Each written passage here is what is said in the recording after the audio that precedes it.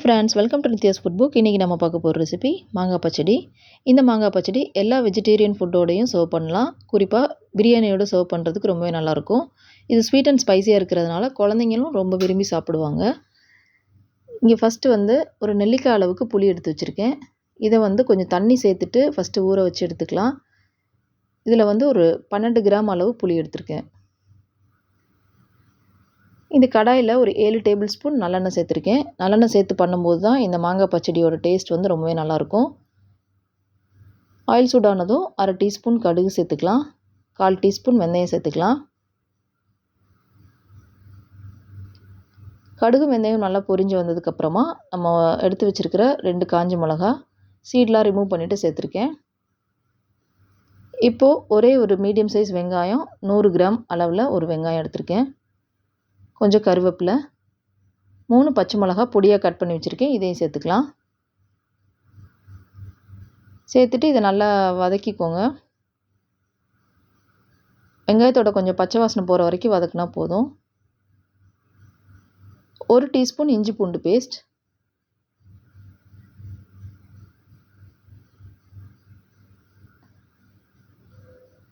இப்போ ஒரு தக்காளி 100 கிராம் தக்காளி, இதையும் கட் பண்ணி சேர்த்து வதக்கிக்கலாம். இதோட கொஞ்சம் உப்பு சேர்த்துக்கலாம்.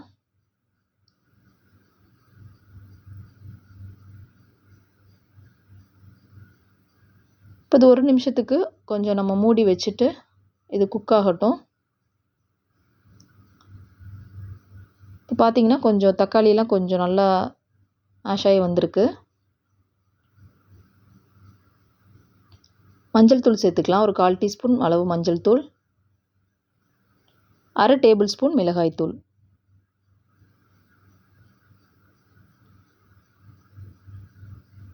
இது எல்லாத்தையும் சேர்த்து நல்லா கலந்துக்கலாம். இல்லை நான் 1/2 கிலோ மாங்காய் கட் பண்ணி வச்சுருக்கேன். இந்த மாதிரி அளவில் கட் பண்ணிக்கோங்க. கொஞ்சம் திக்னஸ் கம்மியாக தின் ஸ்லைஸாக கட் பண்ணிக்கோங்க. கொஞ்சம் லைட்டாக எல்லோவாக இருக்கிற மாங்காவை நம்ம யூஸ் பண்ணும்போது இந்த பச்சடிக்கு ரொம்பவே நல்லாயிருக்கும். இந்த மாங்காயில் பார்த்தீங்கன்னா புளிப்பு இனிப்பு ரெண்டுமே பேலன்ஸாக இருக்கும். அந்த மாதிரியான மாங்காய் யூஸ் பண்ணிங்கன்னா பச்சடியோட டேஸ்ட் ரொம்பவே நல்லாயிருக்கும்.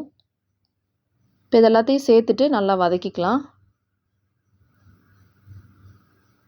இந்த மாதிரி நல்லா கலந்து விட்டுடணும்.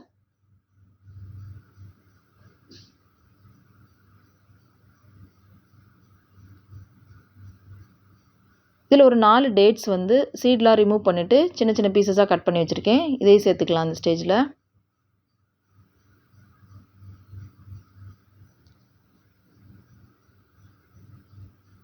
ஒரு 30 செகண்ட்ஸ் அப்படியே இருக்கட்டும், கொஞ்சம் லோ ஃப்ளேமில். இப்போ நம்ம கரைச்சி வச்சுருக்கிற புளியை சேர்த்துக்கலாம்.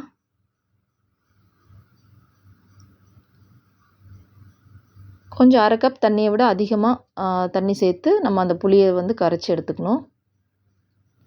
இது கூடவே ஒரு 5 டீஸ்பூன் சுகர் சேர்த்துருக்கேன். நீங்கள் டேட்ஸ் வெறும் 4 டேட்ஸ் இல்லாமல் இன்னும் கொஞ்சம் அதிகமாக வேணுனாலும் சேர்த்துக்கலாம். அப்படி அதிகமாக சேர்த்திங்கன்னா நீங்கள் சுகரோட அளவை கம்மி பண்ணிக்கலாம். இப்போ கொஞ்சம் ஹை ஃப்ளேமில் வச்சுட்டு நீங்கள் லிட்டு வச்சு க்ளோஸ் பண்ணிவிடுங்க. இது நல்லா கொதிக்கணும். இப்போ பார்த்தீங்கன்னா நல்லா கொதிக்க ஆரம்பிச்சிருச்சு.